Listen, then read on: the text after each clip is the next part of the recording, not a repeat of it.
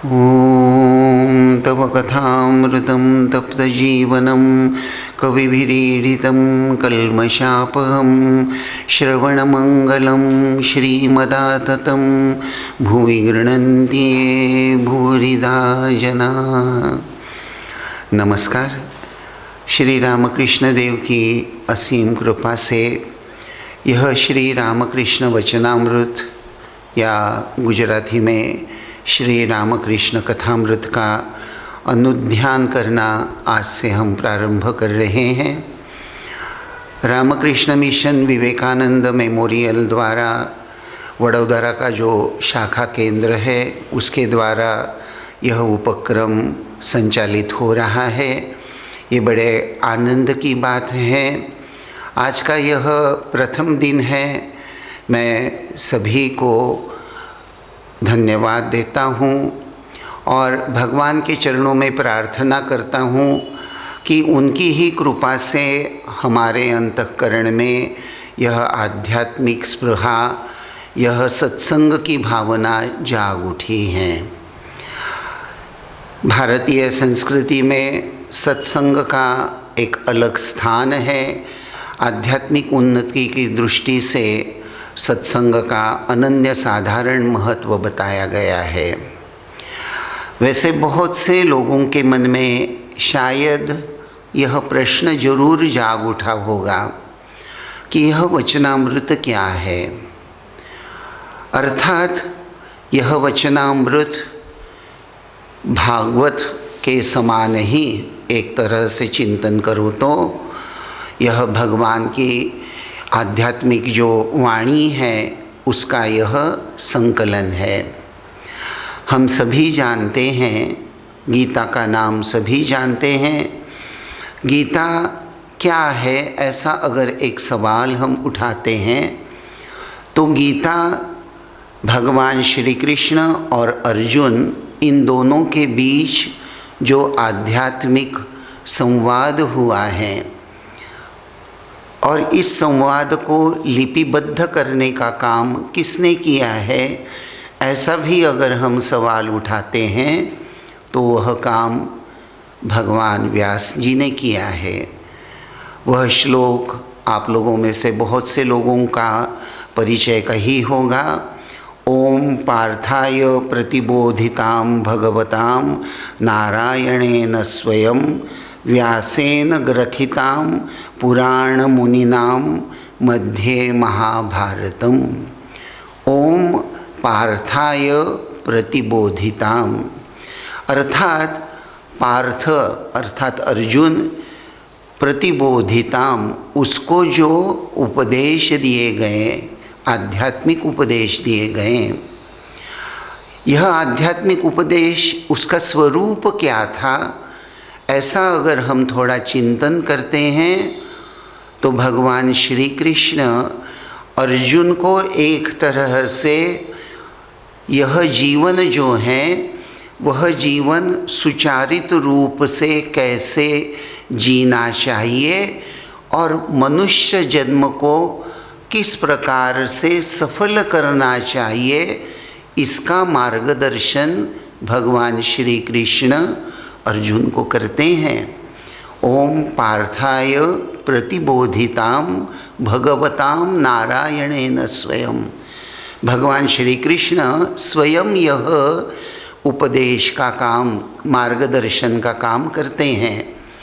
ठीक इसी परंपरा में ही अगर हम वचनामृत का अध्ययन करते हैं तो वचनामृत क्या है, यह जो एक स्वाभाविक प्रश्न बहुत से लोगों के मन में जागृत हो सकता है।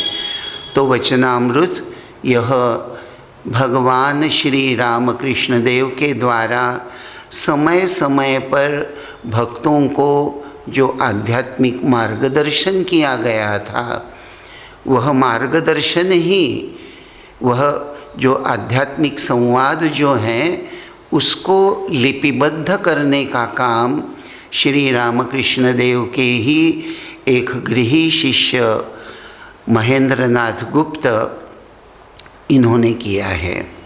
ये महेंद्रनाथ गुप्त जिन्होंने यह वचनामृत को लिपिबद्ध किया है।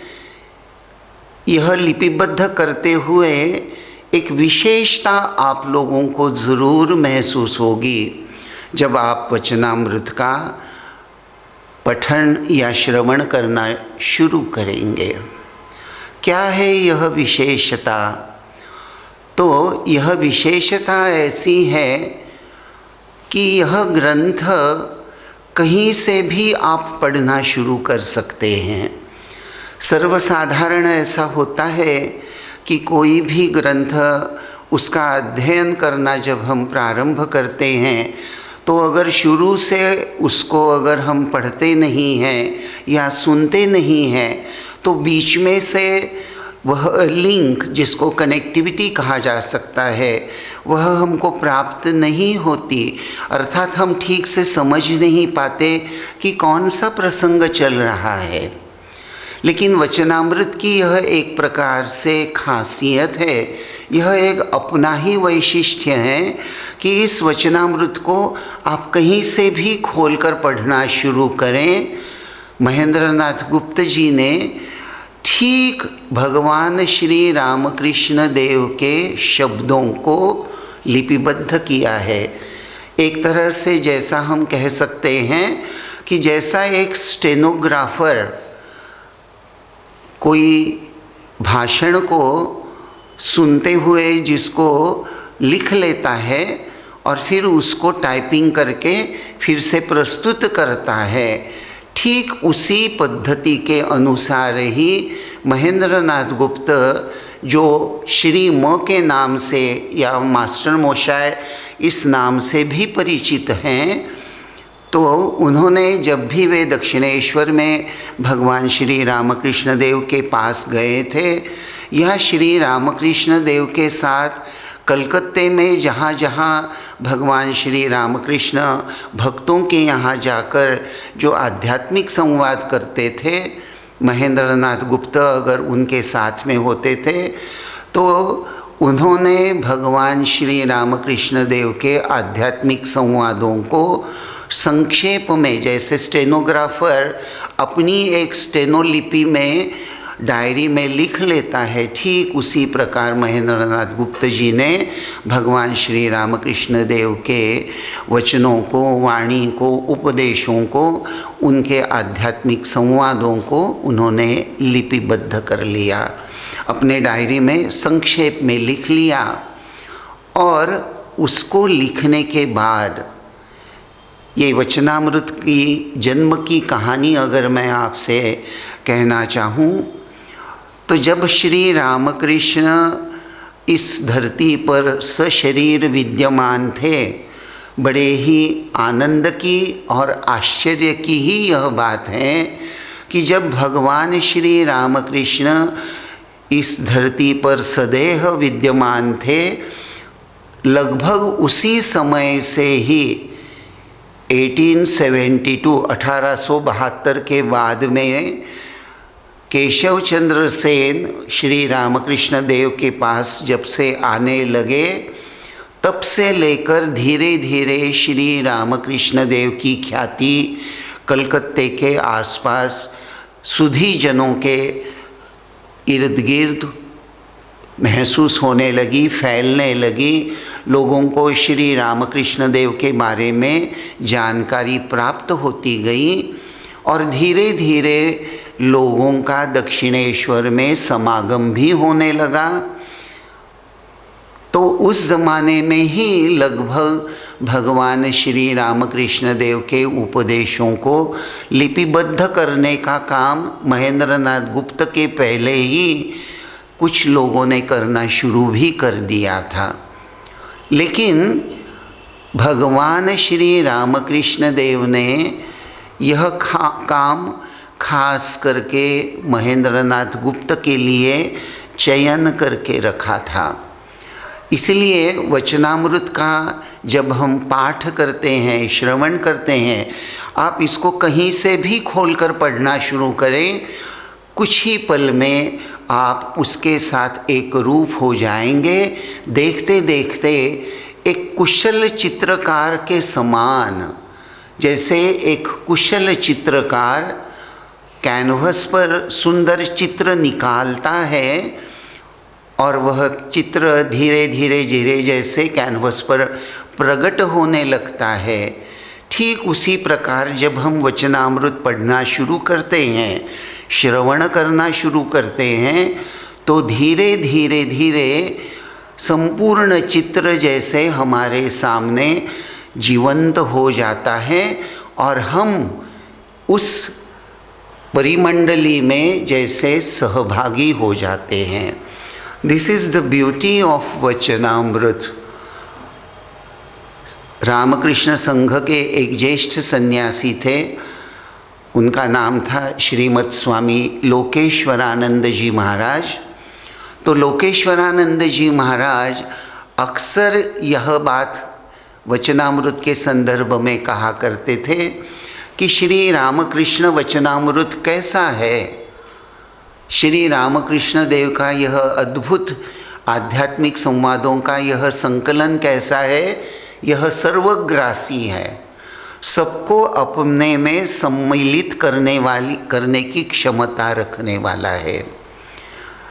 वैसे वचनामृत का जब हम अध्ययन प्रारंभ करते हैं तो हिंदू संस्कृति की, हमारे सनातन धर्म की, भारतीय संस्कृति की एक परंपरा है। और वह परंपरा क्या है? कोई भी हमारे शास्त्र ग्रंथ जो हैं वह मंगलाचरण से प्रारंभ होते हैं। तो महेंद्रनाथ गुप्त जिन्होंने श्री रामकृष्ण देव के इन उपदेशों को, आध्यात्मिक संवादों को लिपिबद्ध किया है, उन्होंने भी मंगलाचरण के रूप में एक श्लोक चयन किया है, जिसका गायन मैंने प्रारंभ में ही किया था। तव कथामृतम तप्त जीवनम कविभिरीडितम कल्मषापहम श्रवणमंगलम श्रीमदाततम भुवि गृह्णन्ति ये भूरिदा जनाः। तो यह जो श्लोक है, यह जो मंगलाचरण है, यह मंगलाचरण भागवत में जो गोपी गीत आता है वहाँ से लिया गया है। प्रश्न यह आता है कि क्या महेंद्रनाथ गुप्त जी ने बहुत ही सोच समझकर क्या यह मंगलाचरण के रूप में गोपिका गीत से यह श्लोक चयन किया है? तो वचनामृत का अनुध्यान जैसा जैसा हम करते जाएंगे, आप भी मेरे विचारों से मुझे लगता है निश्चित रूप से सहमत हो जाएंगे कि महेंद्रनाथ गुप्त जी ने यह मंगलाचरण का श्लोक बड़े ही चिंतन करके, सोच समझकर इसका चयन किया है। इस श्लोक का अर्थ क्या है? तव कथामृतम, अर्थात तव कथा, किसकी कथा? कथा का मतलब होता है वाणी, उपदेश। तो भाई किसकी वाणी? तव कथामृतम, आपकी। वैसे संस्कृत में तव का अर्थ हो जाता है आपकी। तो आपकी यह वाणी, आपकी यह वाणी कैसी है? तप्त जीवनम, संसार ज्वाला से जिनका जीवन झुलसता जा रहा है, जलता जा रहा है, संसार ताप से जो संत्रस्त हो गए हैं, ऐसे जीव को यह भगवान की यह वाणी तव कथामृतम, यह अमृत के समान शीतल आह्लाददायी हैं और संसार ज्वाला से मुक्त करने वाली है।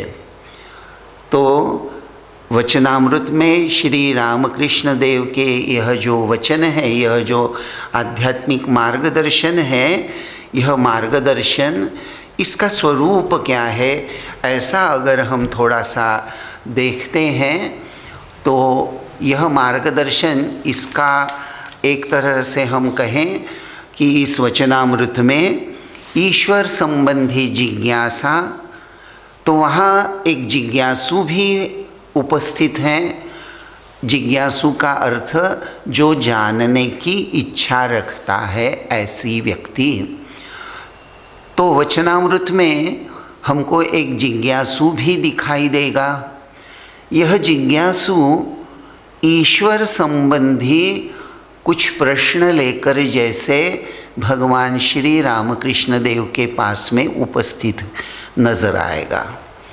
तो वचनामृत में ईश्वर संबंधी जिज्ञासा और इस जिज्ञासा का भगवान श्री रामकृष्ण देव के द्वारा किया गया समाधान हमें प्राप्त होने वाला है। पहली बात तो यह है कि ईश्वर संबंधी जिज्ञासा और उस जिज्ञासा के फलस्वरूप भगवान श्री रामकृष्ण देव का जो समाधान है उसका हमें इस वचनामृत के द्वारा लाभ होने वाला है। अब वचनामृत में यह जो आध्यात्मिक उपदेश दिए गए हैं, यह उपदेश किनके लिए हैं?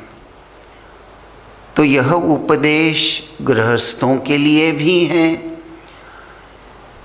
यह उपदेश साधुओं के लिए भी है, सभी के लिए हैं। अर्थात वचनामृत में हमें सन्यासियों के लिए भी आध्यात्मिक मार्गदर्शन प्राप्त होने वाला है, उसी तरह गृहस्थ लोगों को भी अपना आध्यात्मिक जीवन किस तरह से जीना चाहिए इसके बारे में भी मार्गदर्शन प्राप्त होने वाला है। मूल तत्व वचनामृत में आपको जो प्राप्त होने वाला है उसका जो स्वरूप है, वचनामृत में बार बार एक बात भगवान श्री रामकृष्ण जैसे हमारे अंतःकरण में भिगोना चाहते हैं हमारा अंतःकरण एक बात से, और वह बात क्या है? मनुष्य जन्म का उद्देश्य भगवत प्राप्ति है और यह भगवत प्राप्ति हो सकती है। यह बात भगवान श्री रामकृष्ण वचनामृत में हर पन्ने पर जैसे विविध प्रकार से हमारे सामने प्रस्तुत किए जाते हैं। भगवान श्री रामकृष्ण देव का ही एक बड़ा ही सुंदर उदाहरण यहाँ मैं आपको समझाने के लिए बताना चाहूँगा। भगवान श्री रामकृष्ण देव कहा करते थे कि जैसे किसी पत्थर पर विशिष्ट जगह अगर लगातार एक एक बूंद पानी अगर हम वहाँ अगर गिरता जाए, एक ही जगह किसी पत्थर पर ऊपर से बूंद बूंद पानी अगर टपकता जाए, गिरता जाए, तो कालांतर में क्या होगा? कालांतर में जिस जगह वह बूंद कंटिन्यूअसली लगातार सतत गिरती रहती हैं, उस शिला पर क्या हो जाता है? एक गड्ढा हो जाता है।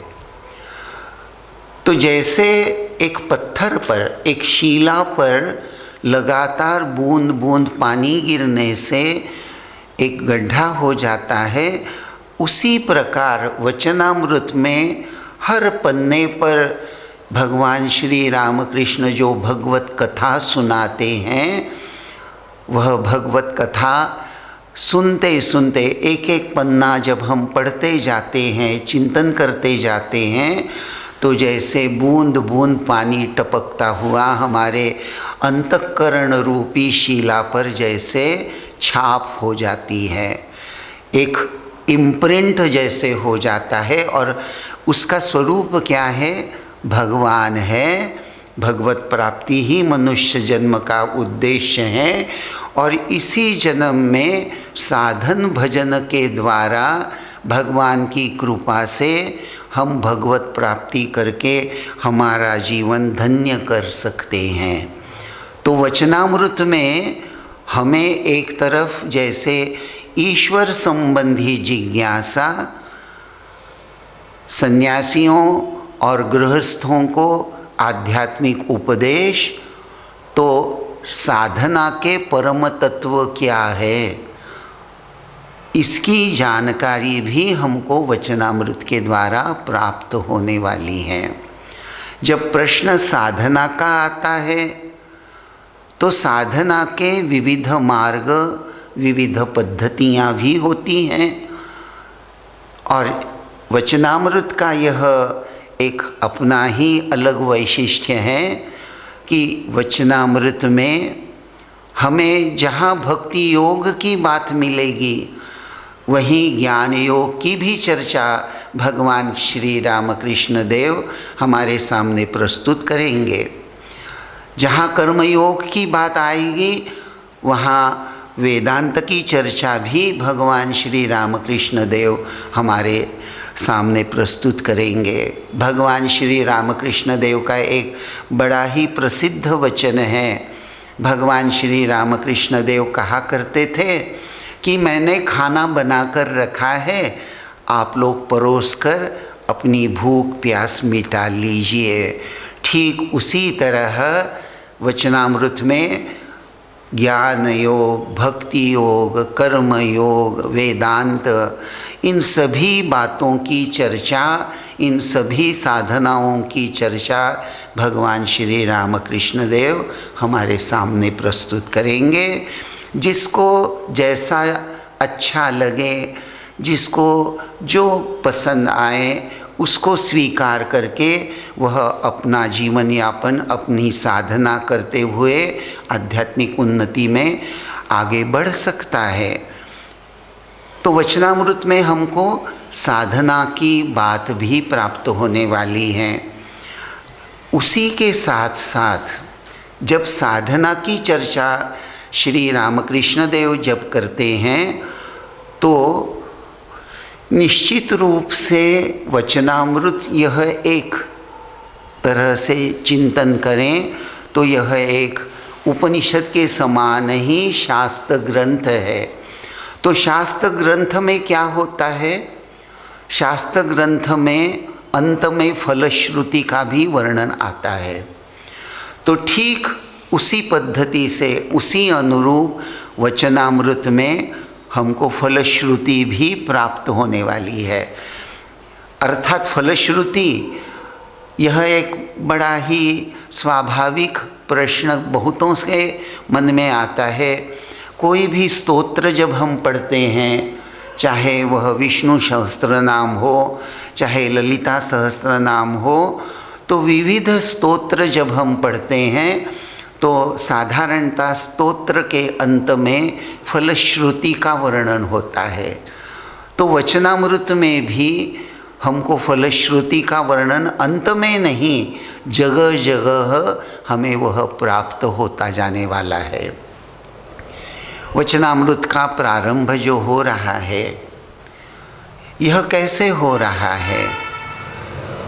वचनामृत में प्रत्येक पृष्ठ पर महेंद्रनाथ गुप्त सिर्फ भगवान श्री रामकृष्ण देव के संवादों को लिखते नहीं हैं। सिर्फ संवाद नहीं, संवाद के साथ साथ वे वहाँ जगह कौन सी है, सुबह का समय है या दोपहर का समय है, शाम का समय है, कौन सी परिस्थिति है, कितने लोग जमा हुए हैं, कौन कौन से लोग हैं, उनके नाम, सभी का वर्णन महेंद्रनाथ गुप्त इस पद्धति से करते हैं कि हमारे आँखों के सामने जैसे वह संपूर्ण चित्र साकार हो जाता है। हर मनुष्य को भगवान ने एक शक्ति प्रदान की है। उस शक्ति को हम कहते हैं एक तरह से द आर्ट ऑफ विजुअलाइजेशन। यह जो आर्ट ऑफ विजुअलाइजेशन है, विजुअलाइजेशन करने की क्षमता, यह जो कल्पना शक्ति है, कल्पना शक्ति के आधार से मनुष्य आँखों के सामने बहुत कुछ उतारता है। ठीक वचनामृत का पठन श्रवण करते हुए साधक को, पाठक को, श्रवणकर्ता को उसके आँखों के सामने वह परिस्थिति, वह माहौल संपूर्ण रूप से जैसे जीवंत हो जाता है। तो ठीक महेंद्रनाथ गुप्त श्री रामकृष्ण देव के यहाँ जो मानसिकता लेकर पहुँचे हैं, थोड़ा सा उसका भी चिंतन आज हम प्रारंभ में ही करते हैं।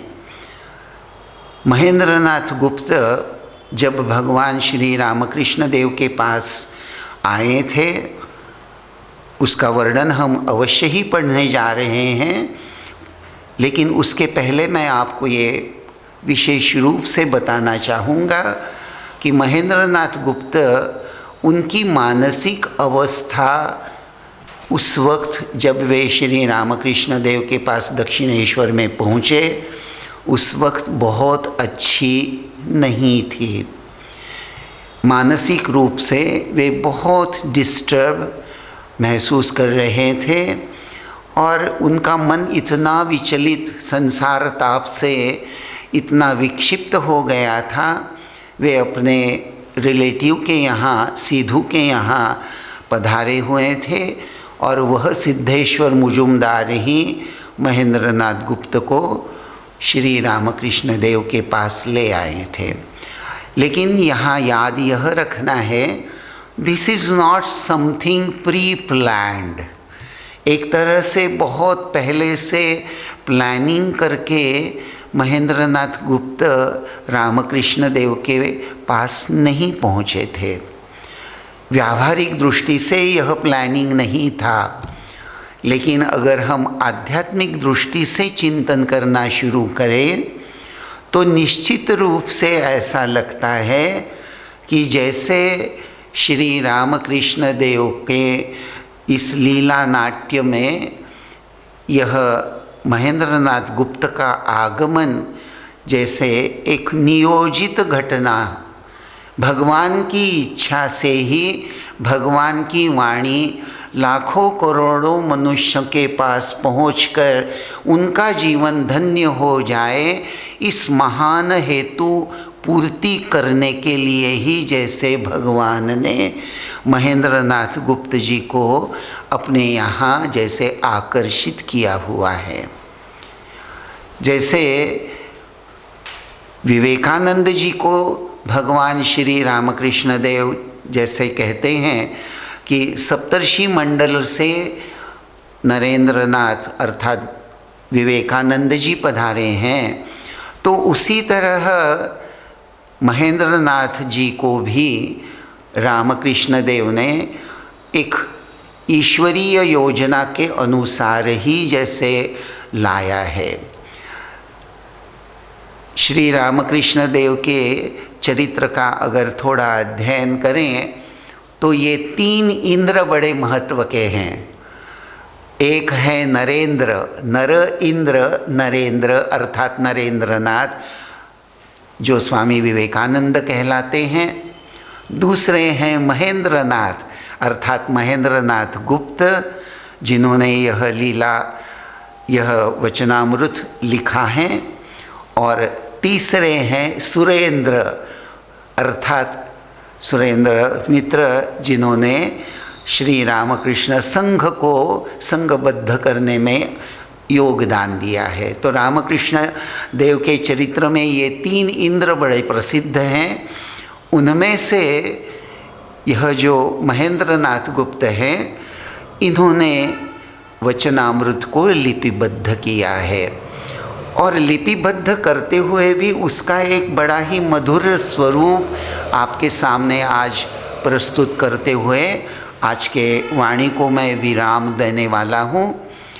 प्रथम दर्शन का प्रारंभ तव कथामृतम इस श्लोक से होता है और प्रथम दर्शन में उसका वर्णन करते हुए महेंद्रनाथ गुप्त जब विदा ले रहे हैं श्री रामकृष्ण देव से, तो वहाँ वे एक प्रश्न प्रस्तुत करते हैं और वह प्रश्न है, ये सौम्य दर्शन पुरुष कौन है।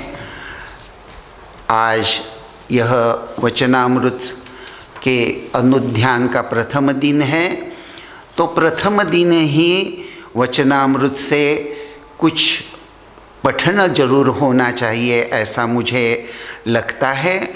और इस दृष्टि से आपके सामने वचनामृत के प्रसंग को प्रारंभ करते हुए यह पठन हम आज प्रारंभ करते हैं। श्री गंगा जी के पूर्व तट पर कलकत्ते से कोई 6 मील दूर दक्षिणेश्वर में श्री काली जी का मंदिर है। यही भगवान श्री रामकृष्ण देव रहते हैं। वसंत ऋतु है।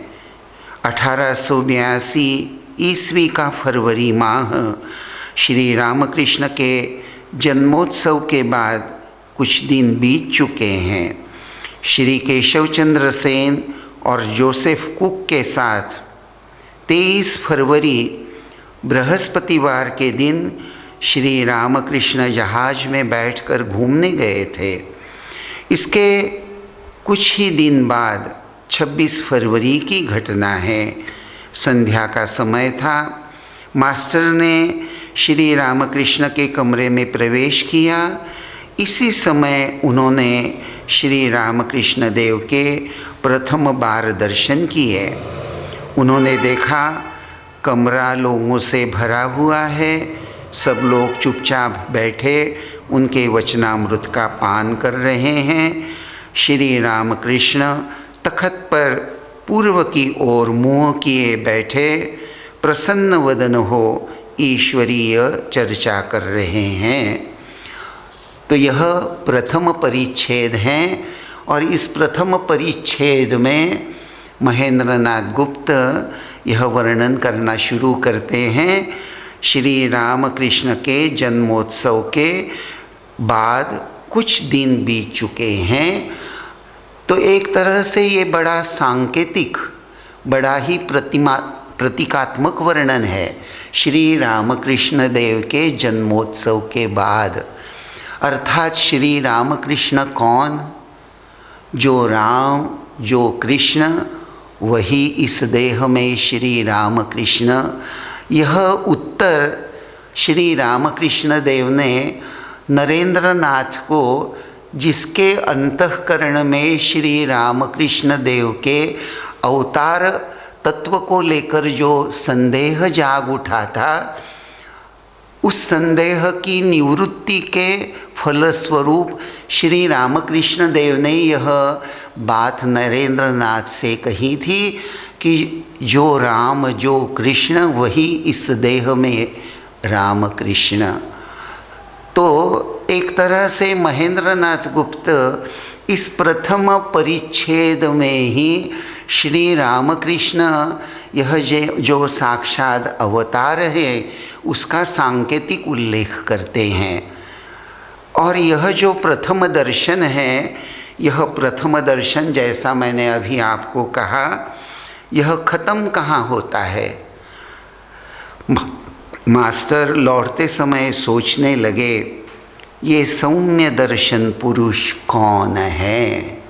अर्थात महेंद्रनाथ गुप्त जी के अंतःकरण में मास्टर यानी महेंद्रनाथ गुप्त, उनके अंतःकरण में यह जिज्ञासा जागृत हुई है, यह सौम्य दर्शन पुरुष कौन है। देखिए, इस जिज्ञासा का क्या उत्तर प्राप्त हुआ, यही हमको वचनामृत के आधार से ही खोजना है। उसका चिंतन आगे आगे जैसे हम वचनामृत का चिंतन करते जाएंगे, निश्चित रूप से वचनामृत में ही हमें इस प्रश्न का उत्तर भी प्राप्त होने वाला है।